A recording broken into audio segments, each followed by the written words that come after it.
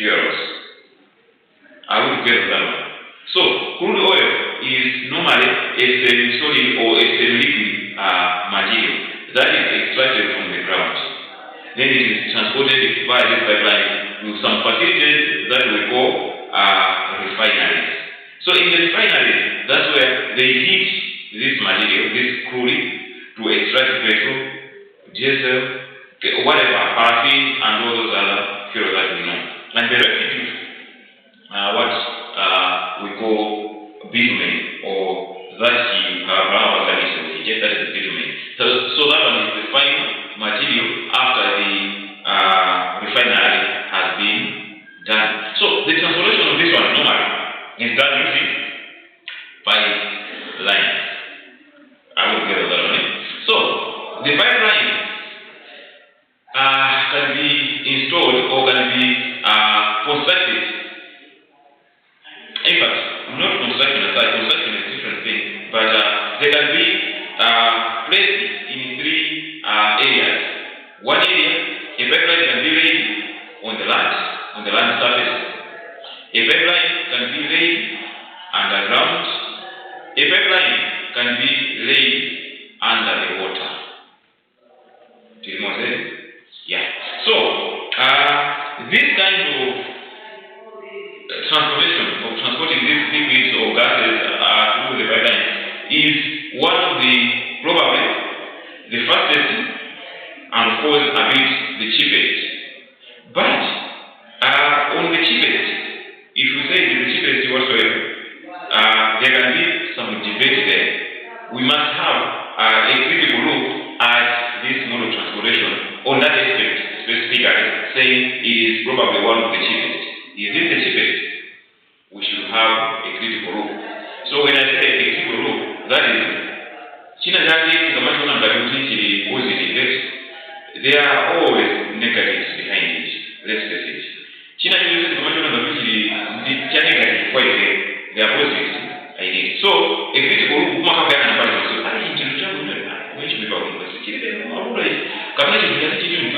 oh, okay. That is a critical look. So pipeline transportation, why would we say is the fastest to find a route and probably the cheapest? Let us have a critical look on it. Now, do you people still believe this is the cheapest mode of transportation? What do you think? I need opinions. You were here last time, so you be the last to comment on this one. Probably we might have mentioned that. But if anything, you will still comment. Those that are not here, let us look at it. Kevin, what do you think? I think it will depend on the company. It will depend on the company. Because some companies might not afford. Okay.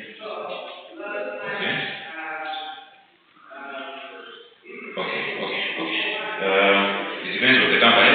Some companies may not afford this kind of transportation. Now we are mentioning a different point here. This is what happens. This place is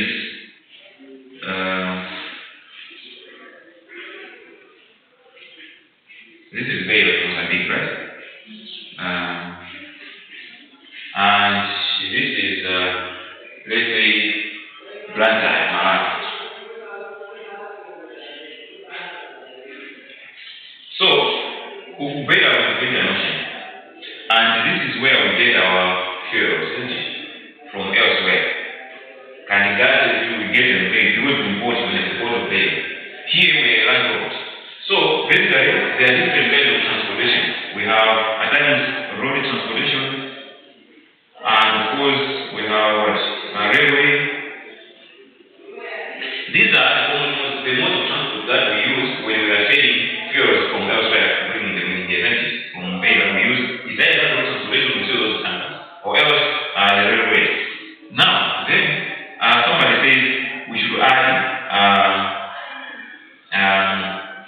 pipeline.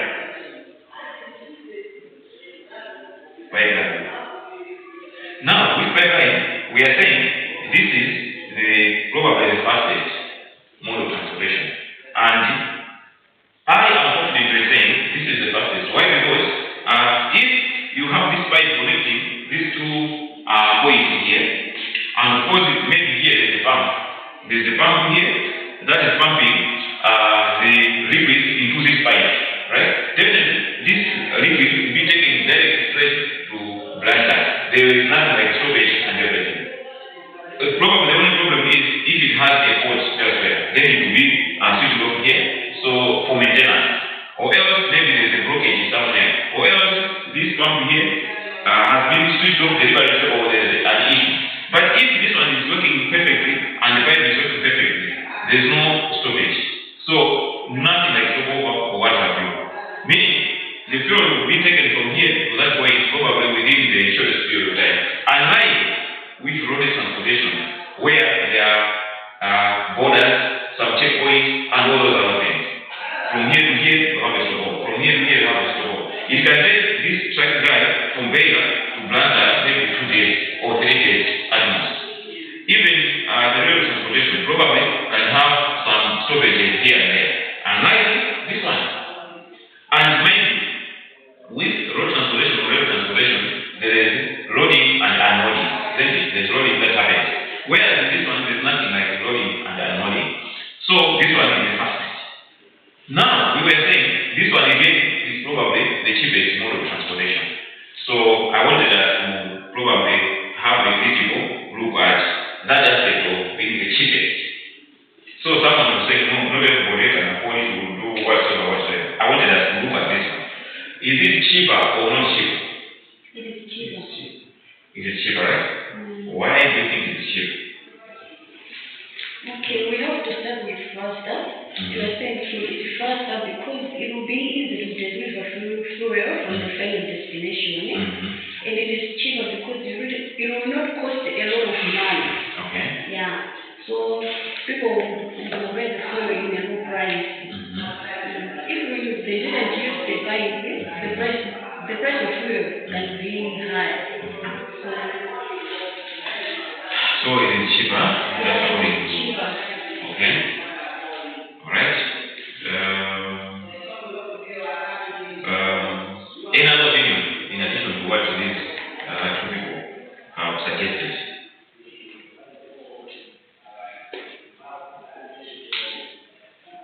Just in addition to these points they raised. Any other thing, Ms. Eunice? Yes. It's expensive to go outside. Okay, before we even get to where it's expensive or cheap, but before we get to the construction side, but the operations are they really cheap? It's cheaper, right? Why do you think it's cheaper?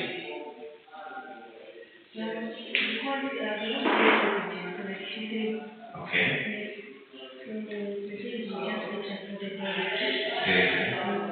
Okay. Actually, in addition to that one, there are no more, we don't have a lot of players that are involved in the transportation of the commodity at a go, right? Unlike this situation where we have this road transport, and probably there can be 2 or 3 transporters involved in pushing one commodity at a go. Whereas in this one, no more trucks are involved.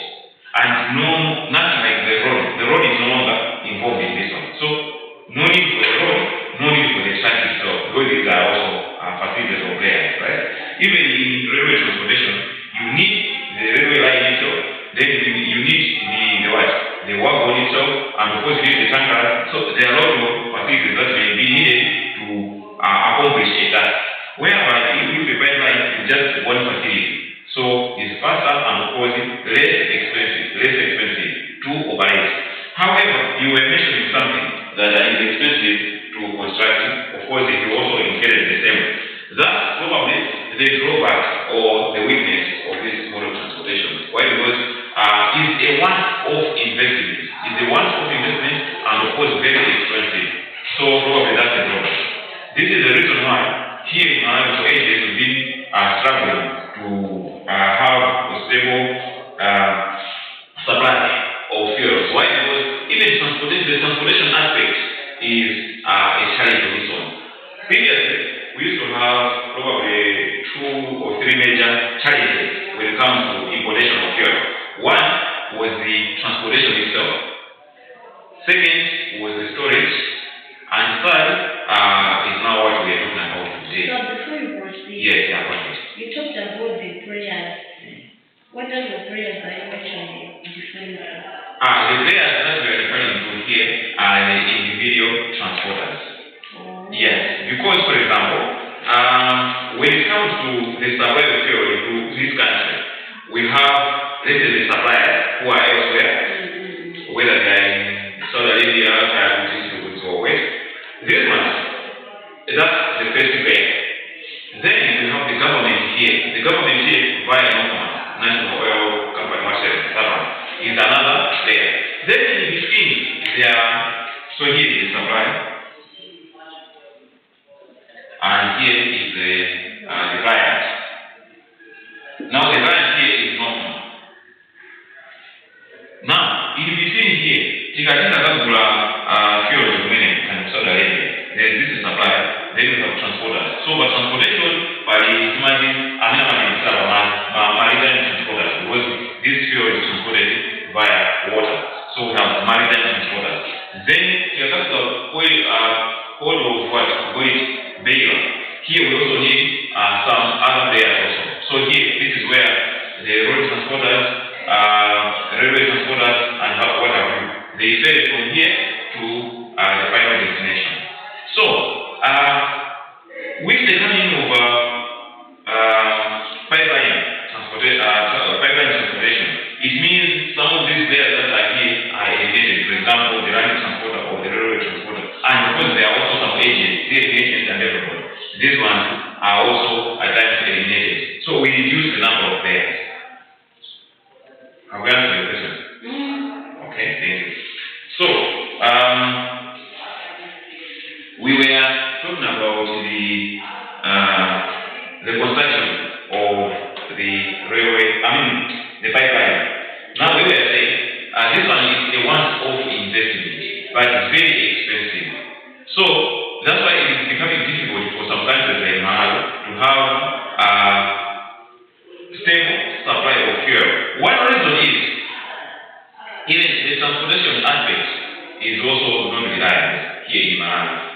You can very witness that for the past 6 months or past years, we have heard of situations where the transporters of fuel were putting down their tools, where no, we are not going to pay fuel, we are not going to do this and that. Why? Because of ABC reasons. And we were having issues to do with access to fuel due to strike by truck drivers or the fuel transporters. So that problem would not have been there if we had the pipeline.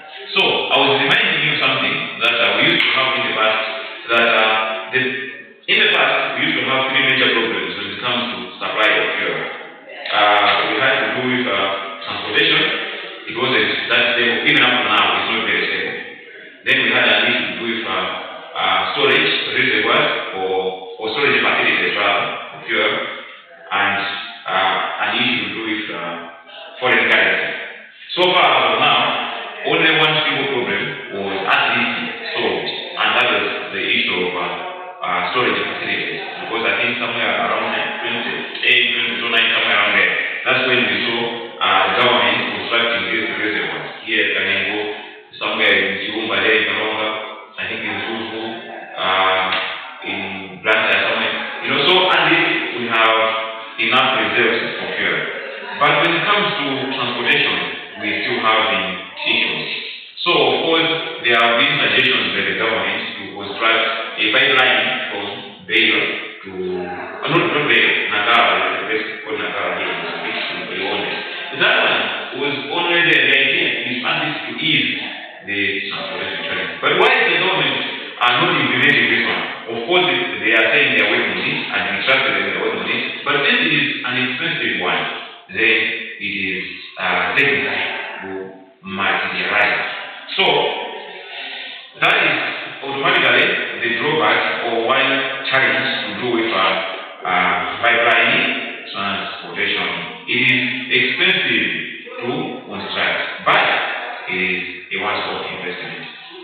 On top of that, another probably weakness of this one is that it is normally difficult to search faults or problems and of course fix them. Especially when it comes to pipelines that are underground or underwater. It is very difficult to at least track where the fault is or where the pipeline is developing the fault. Probably up until the fault has exposed itself, like what happened in South Africa some few weeks ago. It's not last month, where a pipeline underground exploded. It was a gas pipeline. It exploded and of course it caused extensive damage.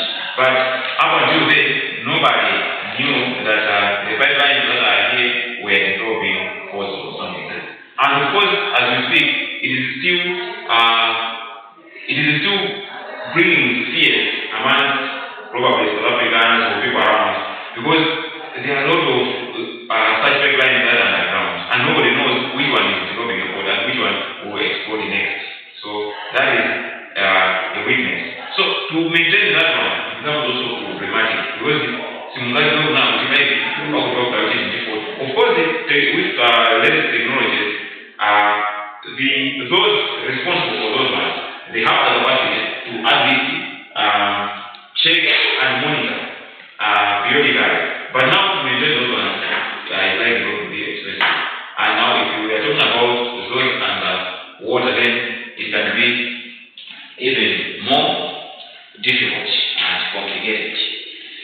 So that was pipeline transportation, and of course we have taken much time there. Now, last time we also talked about the concept of intermodal transportation. So in this one we were saying it is is an arrangement whereby in one shipment you use at least two modes of transportation. So I was saying there was a correction I wanted to make. Somewhere things were mixed up. In intermodal transportation,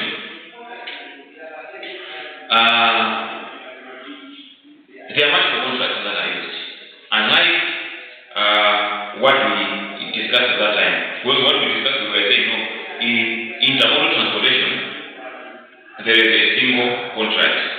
The single contract is present in multimodal transportation and not intermodal transportation. So this is where I wanted us to make that correction. Okay. Now the concept of multimodal transportation. Multimodal transportation or combined transportation is kind of a transportation arrangement where one shipment can be or will be completed using multiple modes of transportation, but using a single contract.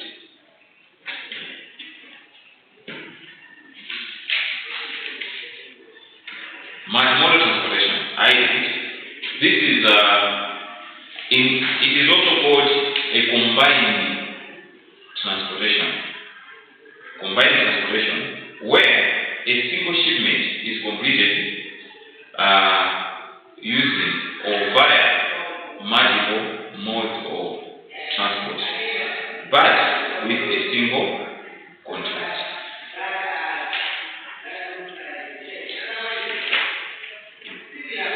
We're together, right? Yes, yes. That's good. So, this is what happens. If we are saying a single shipment will be completed using multiple modes of transportation, it means there can be 3 or 4 modes of transportation that will be involved in that single shipment. Now, let's think of this. You are trying to ship your stuff to China from here in Malawi. And the stuff that you are shipping there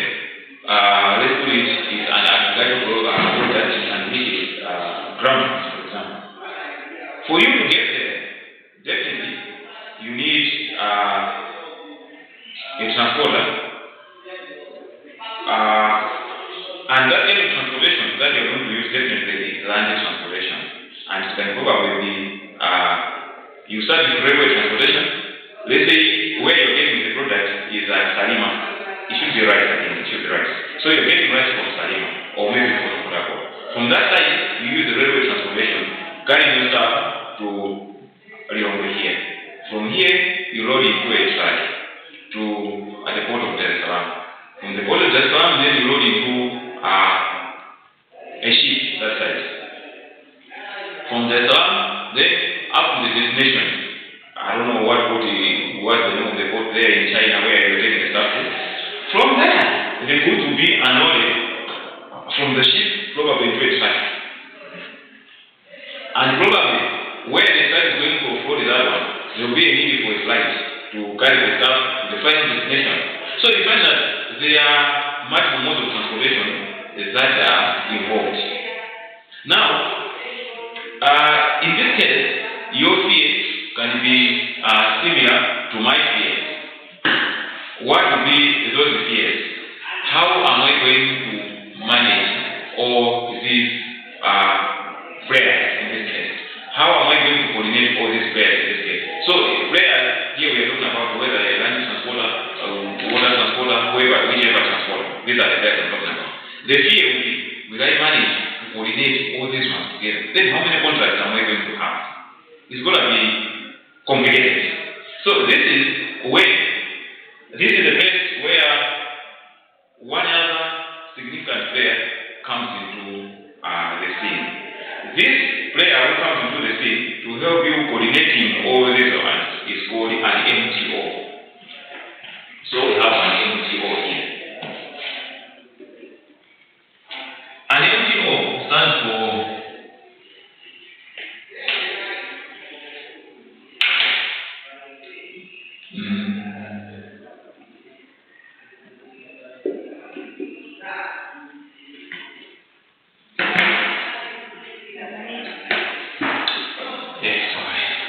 this one is called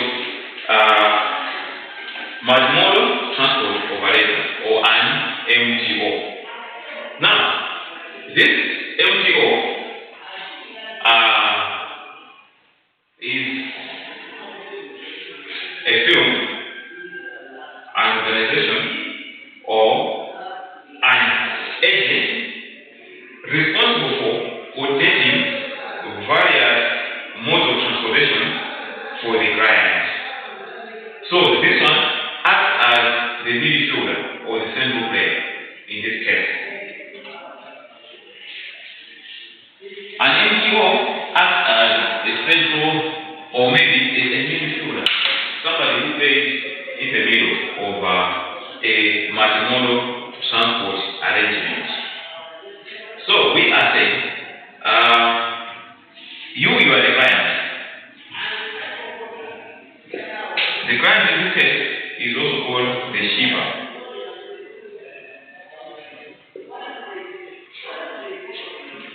The shipper has his or her shipment. You are trying to export it elsewhere. But now, looking at the destination and everything involved, you are likely going to involve multiple modes of transport. Now you cannot coordinate all those ones. Then here comes MTO, comes at the center. Then here we have those other operators. So we have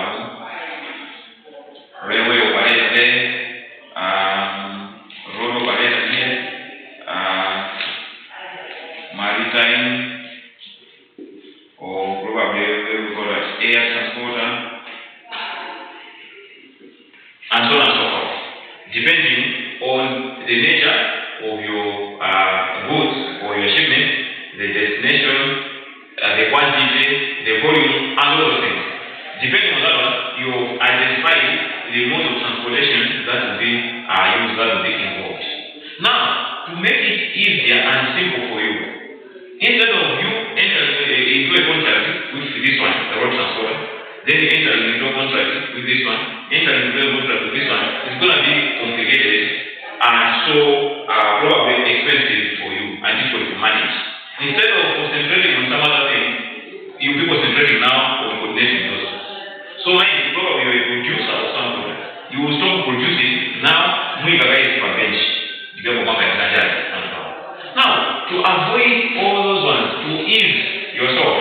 this one comes in to help you.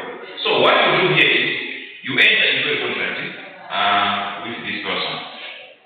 So when I'm saying this person, I'm just personalizing this one, but it's kind of an agency or an organization or a company that is responsible for managing this situation. So you enter into a contract with this one. You know what, sir? I have this assignment. I'm trying to export to China, but please help me to do this thing. Say, okay, no problem. Alright, no problem. Let's agree. So you start agreeing, you start discussing, two of you and this one. But this one doesn't own these facilities. It doesn't own this one. It's just like a coordinator coordinating you and the business. So you enter into a contract with this one, and it's a single contract between two of you. But this one now enters into contracts with those operators. So he may enter into a contract with this one. He may enter into a contract with this one, wherever necessary, depending on the destination, the nature of whatever is being shipped, and he can also enter into a contract. So, what happens is that you only know this one. You don't know this one. You don't know this one. You don't know this one. You don't know this one. Therefore, since by saying you don't know those ones, it means you are not in a contract with them. What do you oppose the words of that? I tell you, anything will not specify. I mean, because this MTO doesn't have a child, doesn't have whatsoever. So, what child do you know? I mean, Command, by virtue of not having a contract between I and him, though he is telling myself, then I will say, I don't know this person, I know this person. So whatever happens with my goods, whether I want to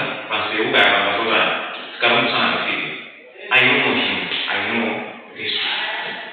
So it means this one now has a duty of the responsibility of making sure that the contract that is signing with these various operators or various players is valid, and at least there is a guarantee that at least they are going to perform their tasks in the interest of his client. Because if this one doesn't deliver, then this one will be in trouble with this one. So he has the responsibility to make sure that whoever is engaging with should be the one who can deliver. Because if that person doesn't deliver, then you'll be accountable to this person. So this one is an MTO. Now, this MTO, for him, I'm saying, I'm personalizing him just for the sake of our understanding, but him is not a single thing, right? Yeah. So for him to qualify as an MTO must be a specialist in various modes of transportation. At the same time, must have the track record, of course, of knowing different kinds of, apart from different modes of transportation, but of course, different kinds of goods or cargo that are normally transported. You must know the thing. So it must be a specialist. So by him being a specialist, in other words, it means we who are sitting in this room, we can be an MTO. Now, being an MTO, for us to have that credibility, that people we should always trust us with their shipments, we must have those specialists among ourselves. This one is a specialist of maritime transportation. She understands better what maritime transportation is all about. This one must always understand what air transportation is all about, and because this one understands railway transportation as well. So that whatever shipments we are being asked to push for someone will be able to handle. Because if there is a need for the involvement of maritime transportation, she will know who to contact and how to deal with that person. Because she is a specialist in that particular field. If there is a need for road transportation, he knows who to contact and he knows how to handle, and he understands the documentation and everything that is involved in road transportation. So is air transportation. By doing that, we are capable of handling somebody's contract or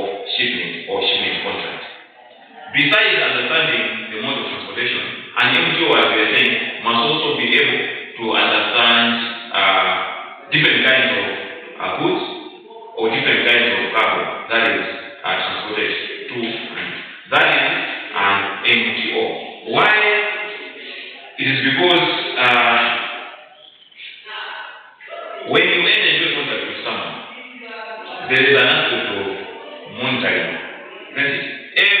Even a construction contract, you hire someone to construct something for you, a road or a building or something. You have what we call auditor and quantity surveyors, you know this. Those people are responsible. That contractor knows exactly what he is supposed to do or she is supposed to do. But why do you go there to monitor? You monitor the standards and the specifications whether the person is really following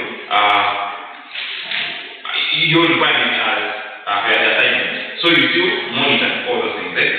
Similarly with this one, the contract has been given to somebody by an MTO. But for this MTO to be sure that this contract is going to be executed in the best interest of my client again, he also has to monitor. So, I don't think somebody who has no idea on how maritime transportation works can monitor maritime transportation. Let's say you are a specialist of all what you know is about road transportation. You cannot monitor how this one is being done. Maybe they are doing it in a wrong way. How can you monitor? It's difficult. So, at least if you have all those specialists, they even do the monitoring, making sure that at each and every stage of the operation, things are done in a proper way. So, that's what happens with an MTO. However, there can be situations where we are saying this one is responsible to this one, is answerable to this one. Okay? And not this one. Not this one.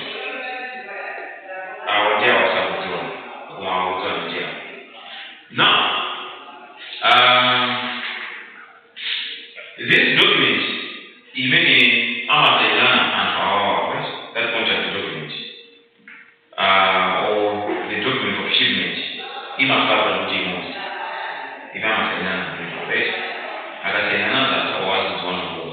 there can be situations where, okay, let me say something which is also very important. The moment after the contract has been signed between these two parties, one big thing that happens here is that this one, an MTO, assumes the title of the goods or the title of ownership of the goods. In other words,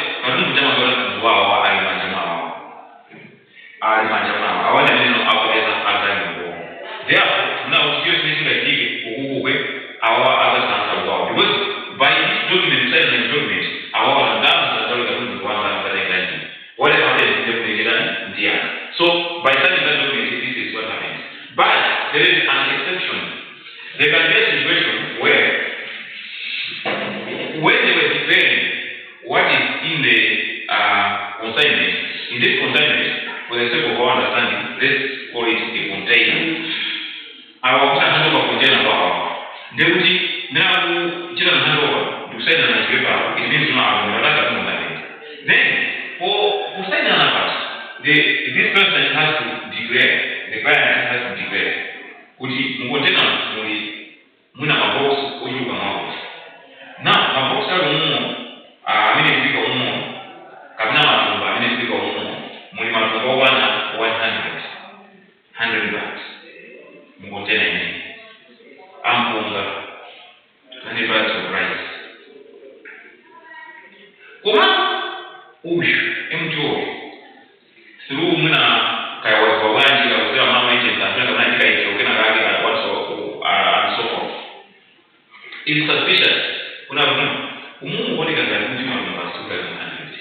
I want to know how I want to do it. No, the GDG and Famina Malan, I'm about to remember. I'm sorry. I didn't know 100. Oh, okay. This one does not dispute that.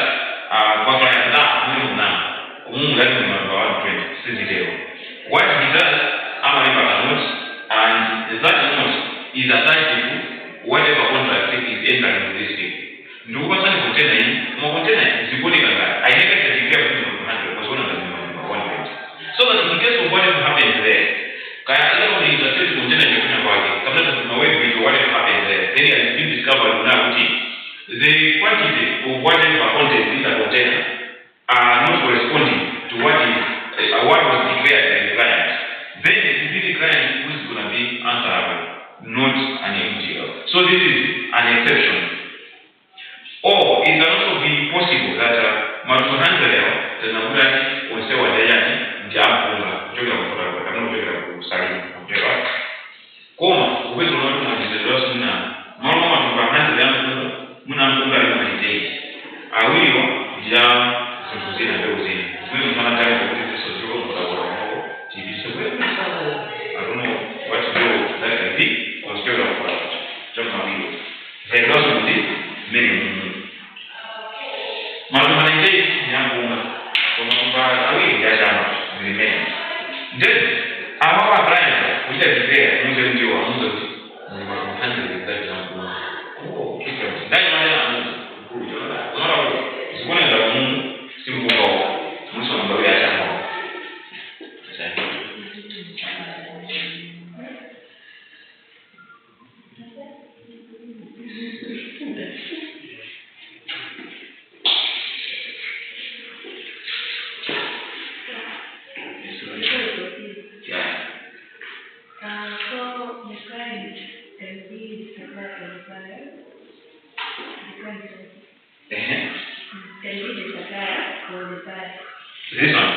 This one is the supply. The supply only? This one is the supply. So, sometimes the buyer can go to the supplier, let's say in China. The buyer can go to China and buy the things to transport them maybe in Malawi. Maybe so, that means the supply is not part of the deal now. You have a point. Go ahead. Yes, the supply is not part of the deal now. So maybe the transportation things will be maybe between the buyer and the individual now. Yes. Okay. You have a very good observation. As a sort of thing in this situation. Okay, I was asking the client can be okay. The client you would have taken on the same friend the wine and MTO. No, okay. Okay, client for MTO can be the buyer or the supplier. Yes.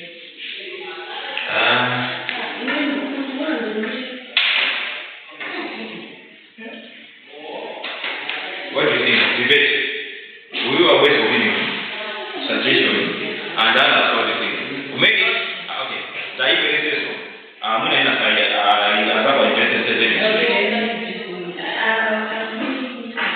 the NGO is an organization. So, the ship is declared to NGO. The ship is declared to the NGO. The ship is brought up by the world. But many clients, I'm not going to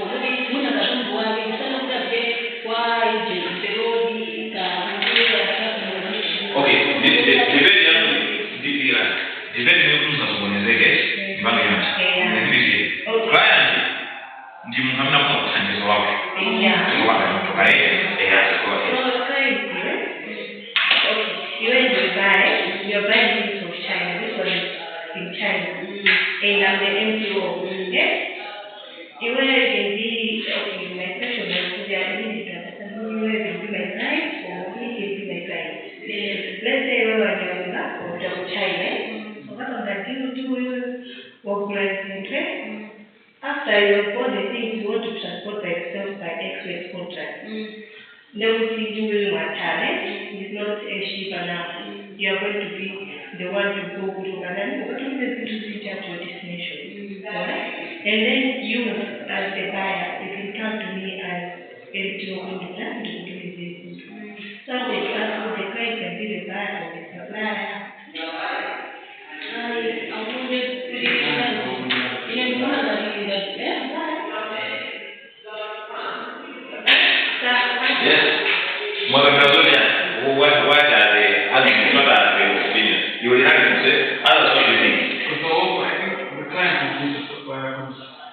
supplier is the one that's going to talk to the MPO. For example, the supplier is supposed to companies like DXO or Okay. It's a change. That's another thing. Uyoyo nga anadisabaya wange n'indi kandi omuye ndagula n'ubugoyo ndege na ndagula n'ubugoyo ndagula kukajenga ifuna sina sabaya yana ndagula ina ndagula mwayi wewe kundikumuzira n'urwanda ndeo uyo wakaza kuti sabaya ndemyeji ndagula ndikuza sometimes yena ndagula n'indi customer ina maiki ndege ya kuna customer ndeo uyo ya sabaya ndika sometimes is a customer ama kusaidia ndani supplier. Obviously, ndio leo mmele nguvu za Mungu fina ndipo mfina kwa nini sasa mwisho matatu mazeni. Wamela njungu kana njungu kumi. Okay, sometimes the supplier is desired kama kwa vile ndio zintu zote ngobula mtumizi tunaweza kuweza kuchukua point of definition. Then the buyer can say I'll come by myself. Yes, I'll buy there and choose the things. That is definition one. So now when you put about the site, which is about the site, I should just buy the thing. This supplier will that time when I'm not going to see the mobile machine. That means supplier is part of it. I suppose that is part of it. Don't know what you are. Don't say, I'm not able to feel like I'm Okay. In this case, you had it something. Oh, you're saying the same thing, yeah? Okay, in this case, can work either side. This one can work either side. The same job. Meaning that there's no moving. But the situation is not moving. You will know ukudumika safi my success. Umasada transporter, umasada way. Forget about the labor whatsoever. Umasada transporter. The way you get supply, umasada transporter. What's mwingi katundu kufunduka kusoma kwa hiyo sababu yeye ni sense umenewe kwa kusoma ile kucha komanso zimateka pesa ile vibaya kwa sababu ni kwa ile kwa kutoka kwa umakata transport amwe kwa sababu ndio maana la kile kile kuje jambo lile bila umakata transport wewe vibaya kwa weke so similarly the same way so whether you are the way supplier como kwa pesa transport como kwa ni client como ni client transport kwa mimi singeweza na kwa kile kwa sababu client como só para os África ni wewe baya ni África kwa wewe wewe como não gosta de client pesa transport na kwa transport tania mlani wewe client so in this case in supplier here amina kuna mtashiki kufikisha elsewhere in the client como it can be possible that the buyer that age who is trying to find means of transporting this stuff coming here and can still contact this one. So this one can work either way. It's either for suppliers, and your supplier will come up to buy it and don't direct for the buyer, as you people we are suggesting. In that case, the supplier is not involved in this one. Supplier is not involved. It is you and this one, the buyer. So that condition is many nature. You see by exception. Iwewe mbaya wangu wazao kwenye kusha. Ukamata dibea zino uweza mwangu ukumuza uwele aminda kwa sababu no madisi za kwenda court. Ngarukita dibea mwangu kana mo kambele kana mo kambaya. This person will take that exception and once another drama ukwacha I can notify that okay. Karuni ndabele kwa sababu once going to wait is mtu kaita. In case of anything ndekuti mnwake njana kaya. Ndekuna ngoja ama kwa sababu kula leo. Como es una persona que está superior. Then, in case of anything, you will get no problem. In there, I'm saying, you say, you can have control. Okay, fine. Off you proceed. So, thanks so much for that observation. And of course, bringing up that one. It has helped us to even explore more and have a wider view of this whole thing.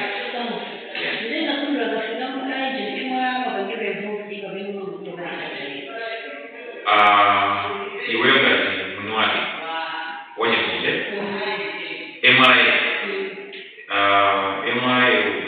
iwe involved iwe ngati mnwake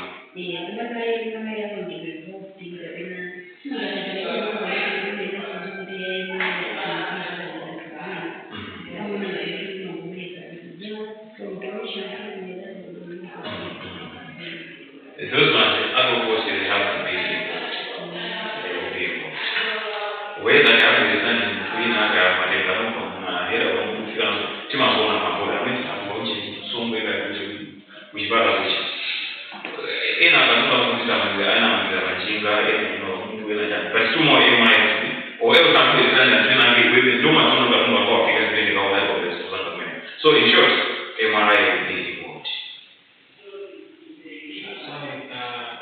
Do you choose one of the examples of MPO? DHL is a courier service, isn't it?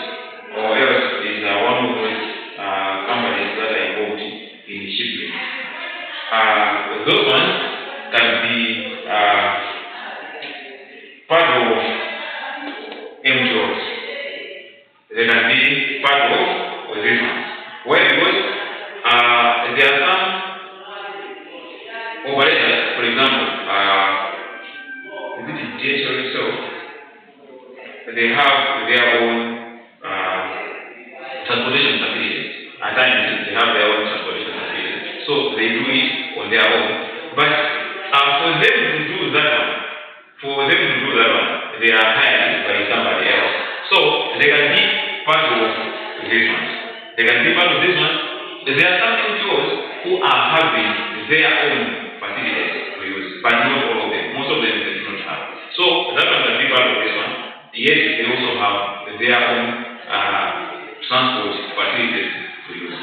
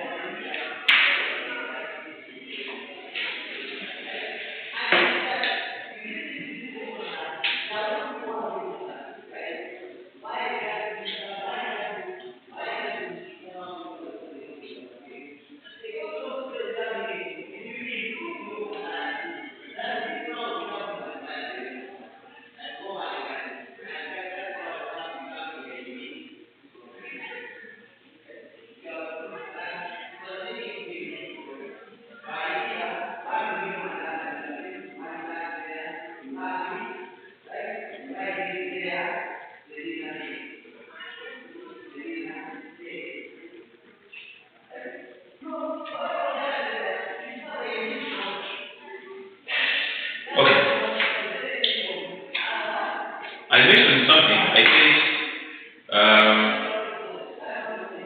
an NGO, for him to qualify as an NGO, must satisfy some conditionalities according to the WTO, World Trade Organization, and of course Maritime Transportation Authorities.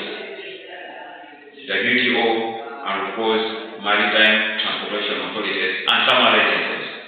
An NGO must satisfy those conditionalities. Now, some of the conditionalities are that he must demonstrate that he understands or he is conversant with various modes of transportation, one, and he understands the different kinds of goods or cargo.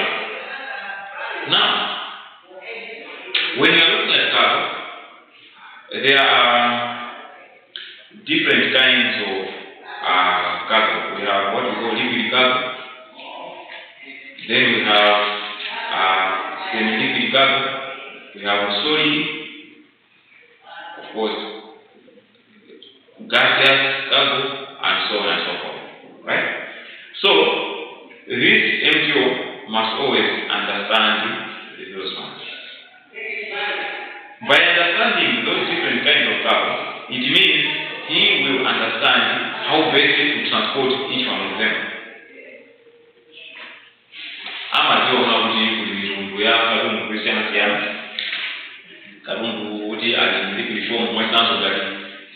Fuels and petroleum chemicals, cooking oil, whichever chemicals, do as many as possible. Now, chamazidziwa amadziwa kuna kuti chinthu cha mtundu chimanangidwa hoteli. It is handled in this way, using this kind of container. This kind of container cannot be used to handle this kind of cargo, and so on and so forth. He understands. So he must satisfy such kind of conditionalities. Now, apart from those types of cargo, say liquid cargo, say liquid, solid, and so on and so forth, gases and all that, there are some goods that are dangerous, that are moderately dangerous, and of course there are others that are extremely dangerous goods, right? Extremely dangerous goods, moderately dangerous, and others are not dangerous at all. This MPO also must know and must understand. Now, by understanding that these kind of goods are very dangerous, and these are dangerous, and these are moderate, and these are not dangerous, by understanding that one, he will be in a position to determine how to handle this kind of goods, how to handle this kind of shipment, and probably how to handle that one, and which containers are suitable for each one of those goods, depending on the levels of their danger. Do you want to know that? So, there are always some tips or principles that need to be followed by those NGOs on how to handle some dangerous goods. So, those tips, they are also given to individual operators that side. These mode of transportation operators are always given those tips. So, when this MTO is engaging each one of those ones, he has to make sure that at least those individual operators he is engaging are in a position to follow and observe those tips. So, let me read out something here. Each year, millions of shipments of dangerous goods are transported from all around the world. So this transportation can be by road, rail, air, sea, and what have you. So, transportation of such dangerous goods involves utmost and strict adherence to safety measures. The transportation of such dangerous goods requires or involves utmost and, of course, strict adherence to safety measures. Now, let's look at some of the cases that are supposed to be taken into consideration if we are to ensure the safety transportation of these goods. Mind, this safety needs to be taken serious because we are considering the safety of the other users of the transport facility that is there. We are considering the safety of the crew of that particular facility. We are considering the safety of the environment and of course the safety of the recipient. So, considering those involved, RDC safety must be given that priority it deserves. Mwachitanga mugu iyende karabundo wanu pashipi professor jet panyanja. Now karabundo wanu moja ndona kuti probably highly explosive is an explosive material that you are transporting. Ngati simuna hivi ma safety measures okwanira as per the tips that we are going to see here. Then in case the container of where your actual goods are contained has exploded and fire has erupted, what is going to happen? One is going to damage, apart from damaging your goods, but it's also going to damage goods belonging to others on the same vessel. It's also going to probably to cause injury to the crew or some other people who are working there, and probably even those handling the goods in their final destination are also going to be affected in one way or the other. And making it worse, you can even damage that whole vessel which belongs to somebody else elsewhere. So to avoid all these ones, that's why the safety tips need to be followed strictly to make sure that the safety of everybody involved is guaranteed.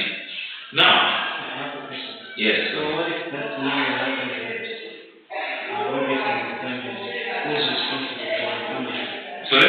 What if that scenario, everything in the vessel is done, who's responsible for refunding for all this? Of course, that is a serious case and a complicated one. But by virtue of saying an NGO was involved in some operations in here, this one was supposed to make sure that Kazuka transport our transport our way, is well protected and there is safety everywhere. And when this one is handing over to this one, they were proper checked and in terms of safety and everything was there. So in case of an accident happened here, while these people, when they were handing over, they were proper checked and everything, and they were guaranteed that the goods were properly secured, then probably that one is going to be his and his responsibility alone. But in case there was laxity from the part of this one, definitely this one is going to be answerable. So, but it's going to be a huge scenario you can imagine. Because imagine the whole vessel has been caught on fire just because of some carelessness that was done by this single individual. It's going to be difficult. So anyway, if it was him, then it's going to be answerable. That's the great responsibility. Of course, there are some insurances because these people also have insurance policies. So it's either his insurance company is going to intervene and that makes it so money. But of course, the insurance companies, what they do, they don't just go out there and pay or whatever they do. They have to do the assessment and proper assessment. So, my safety measures,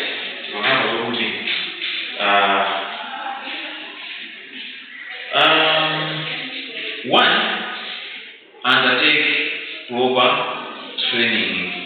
That's one safety tip for shipping dangerous goods.